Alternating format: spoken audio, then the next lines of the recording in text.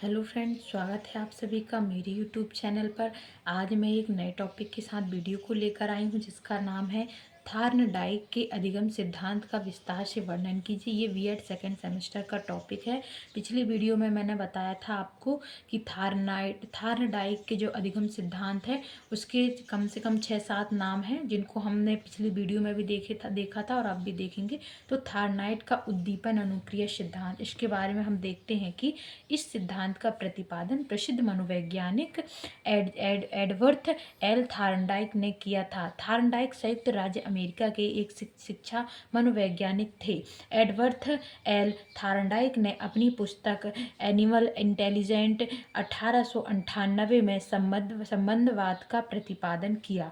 अधिगम मनोविज्ञान के क्षेत्र में संबंधवाद से अभिप्राय है उद्दीपन के साथ क्रिया का अनुबंध बनाना, अतः इसे उद्दीपन अनुबंध सिद्धांत के नाम से जाना जाता है।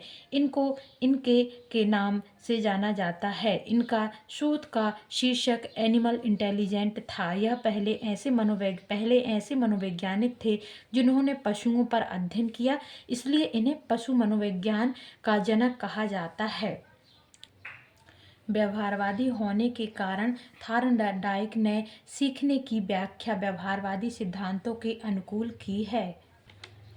उन्होंने इसकी व्याख्या करते हुए कहा कि जब कोई प्राणी या व्यक्ति किसी कार्य को करता है अथवा सीखता है तो उसके सामने एक विशेष परिस्थिति या उद्दीपन उत्पन्न होता है जो एक विशेष प्रकार की अनुक्रिया करने को बाध्य करता है। वह उसके प्रति कई अनुक्रियाएं करता है। इनमें सही अनुक्रिया का संबंध उस विशेष उद्दीपन के साथ हो जाता है तो इस संबंध को सीखना या लर्निंग कहते हैं। थार्नडाइक के इस सिद्धांत को कई नामों से जाना जाता है, जैसे साहचर्य सिद्धांत, प्रयत्न और भूल का सिद्धांत, अणुवादी सिद्धांत, संबंधवाद का सिद्धांत, सीखने का संबंध सिद्धांत, उद्दीपक अनुक्रिया सिद्धांत एवं प्रयास व त्रुटि का सिद्धांत जैसे नामों से जाना जाता है। उद्दीपन अनुक्रिया संबंध के आधार पर थार्नडाइक ने अपने अधिगम को इस प्रकार व्यक्त किया कि अधिगम प्रक्रिया में प्राणी का शारीरिक एवं मानसिक क्रियाओं में एक प्रकार का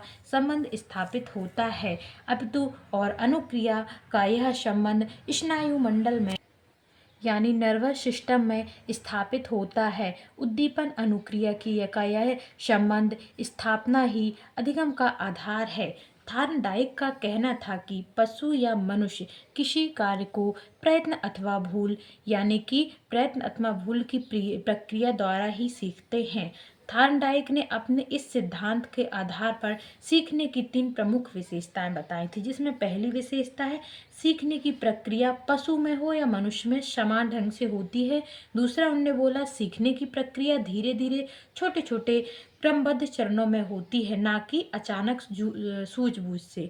तीसरा है हमारा सीखने में चिंतन या विवेचन का स्थान नहीं होता है। हम इनके प्रयोग को समझेंगे तो थार्नडाइक ने बिल्ली का एक उदाहरण दिया था हमको। तो थार्नडाइक ने सीखने के सिद्धांत के लिए अनेक पशुओं पर परीक्षण किए। इस सिद्धांत का परीक्षण थार्नडाइक ने एक भूखी बिल्ली पर किया।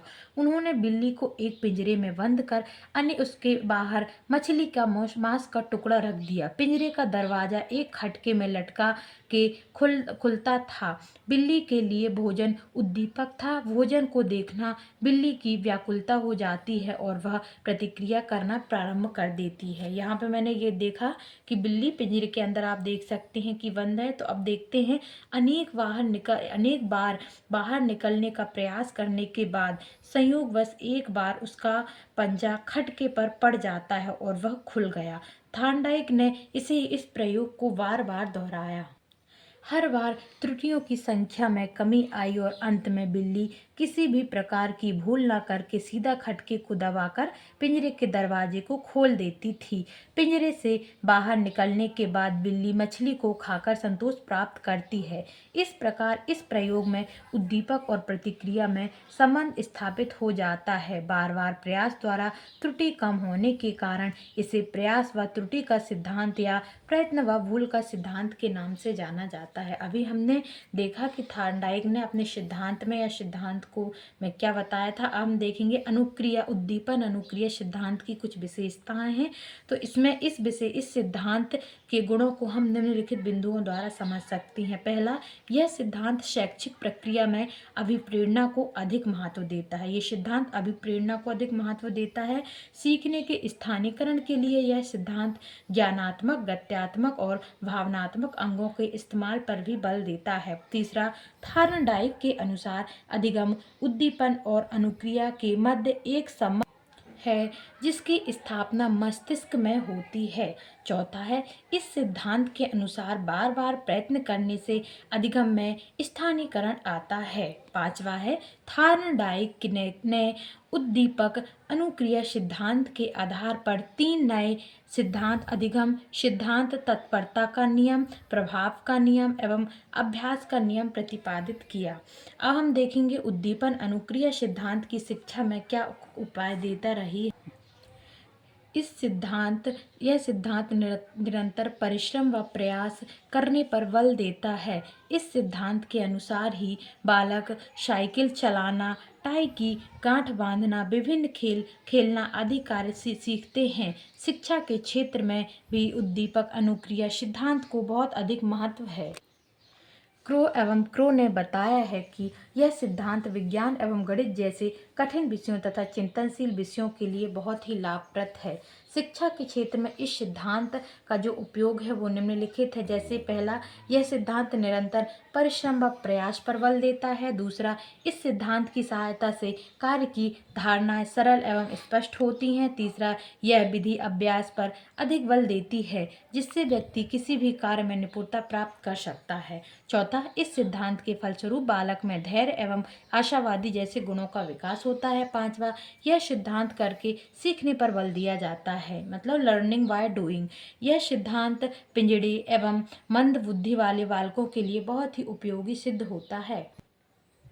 इस सिद्धांत से बालक में आत्मविश्वास एवं आत्मनिर्भरता की भावना का विकास होता है।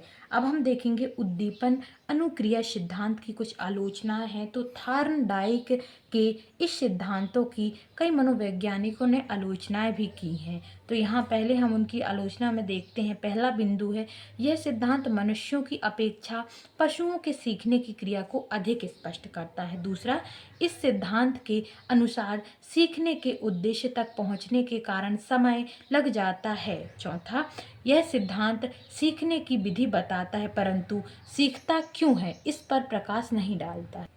चौथा है, उद्दीपन अनुक्रिया सिद्धांत व्यर्थ के प्रयत्नों पर अधिक बल देता है। पांचवा, यह सिद्धांत मानव विवेक एवं चिंतन की अवहेलना करते हुए रटने की क्रिया पर बल देता है। छठवां, इस सिद्धांत से सीखने में यांत्रिकता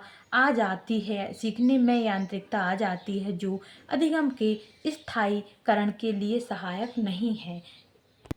अब हम यहाँ निष्कर्ष देखते हैं कि उपर्युक्त विवेचन से स्पष्ट है कि सीखना उद्दीपक और प्रतिक्रिया के बीच संबंध बनाने की एक प्रक्रिया है। जहाँ सकारात्मक परिणाम वाले व्यवहारों को दोहराया जाता है, वहीं वाले व्यवहारों को दोहराया जाने की संभावना अधिक होती है, जबकि नकारात्मक परिणाम वाले व्यवहार कम संभावित होते हैं।